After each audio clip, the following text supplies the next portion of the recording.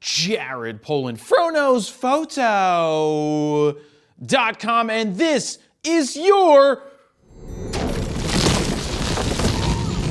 That was the force. I was using the force. Powerful you have become. Photo News Fix. This fix is brought to you by Squarespace. I personally use Squarespace for my online portfolio at jaredpolin.com because it's simple, affordable, and I don't need to know any coding. Honestly, with being locked down, now would be a pretty good time to build or redo your website. Head on over to squarespace.com/FroKnowsPhoto to get your 14-day free trial. If you decide it's for you, use the code FroKnowsPhoto at checkout to get 10% off your first order. First up, with so many people at home doing video calls, webcams and capture devices are sold out everywhere. I bet you they're doing more than just phone calls, guys. In our movie, There's still nobody here. It's still just me making jokes to nobody. Thus the silence. So if you don't have a cam link or some other kind of capture device to connect to your computer, or your camera doesn't have a clean HDMI out, you are SOL. But wait, there's some good news thanks to one enterprising camera manufacturer. Was it Sony? No.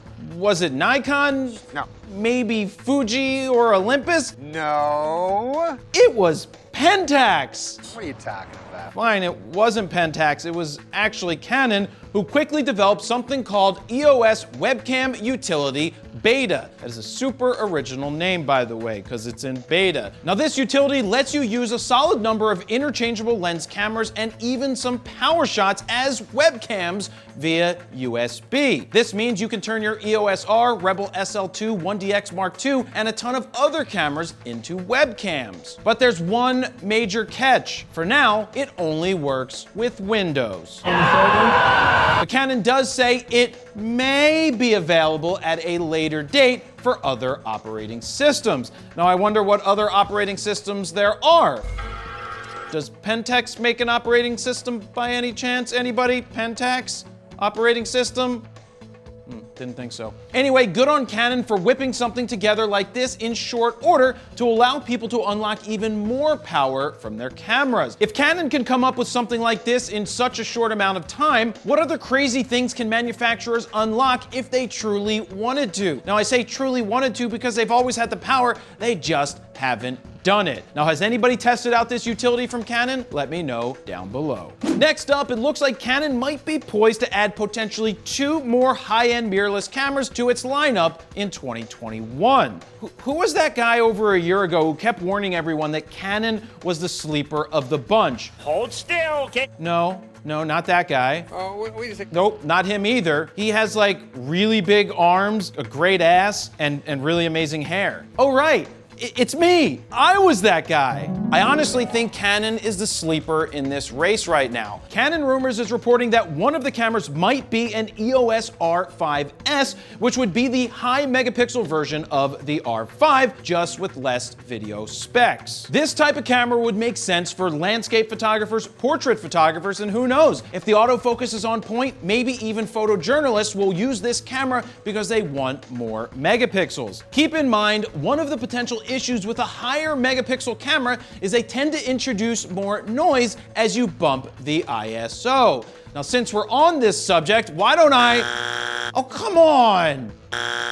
Don't buzz me! Access denied. What might the second camera in 2021 be? Could it be a high-end R1, aka a 1DX version mirrorless camera, or maybe a super low-end full-frame replacement to the RP? Now, my hope is that it will be a high-end pro body, since the R6 is supposed to be the less expensive full-frame offering. Now, all Canon needs to do is actually ship some damn cameras. Now, I do want to make a prediction right here, right now. Pentax is the sleeper of the bunch. And by sleeper, I mean they're about to pass out. And he goes down! And probably go out of business. He is going out! Ooh, you keep making fun of Pentax. I'll get one piece of hate mail from the one person that shoots Pentax, maybe 2. Ooh, stop sending me hate mail, because you're the only 2. Let me jump in here real quick and let you know we have a winner of the super huge mega camera giveaway, and here is me telling the winner that he won.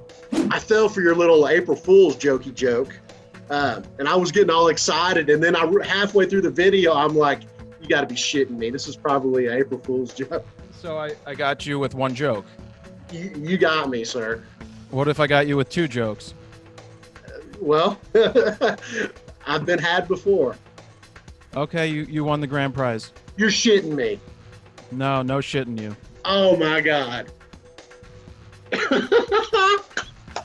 Continuing on with the rumor train, choo-choo! Nikon, remember them? You know, that camera company that's been around for over 100 years but has taken a beating over the last few years? Now, they might have 2 new mirrorless cameras on the way in 2020 or 2021, according to Nikon Rumors. The 2 rumored cameras are the Z30 and a Z8, which would be considered a pro mirrorless camera. Now, let's start with the Z30, which I can only assume would borrow a lot of features from the Z50, which is probably one of, if not, my most favorite APS-C size cameras. Nikon Rumors says the Z30 would have no EVF. Now, my take on this is if it doesn't have one built in, it better have an option to attach one like the Canon does with the M6 Mark II. I just don't think it's a smart idea to perpetuate the hold the camera out like this and shoot mentality. Look, I'm Manny Ortiz. I'm doing it.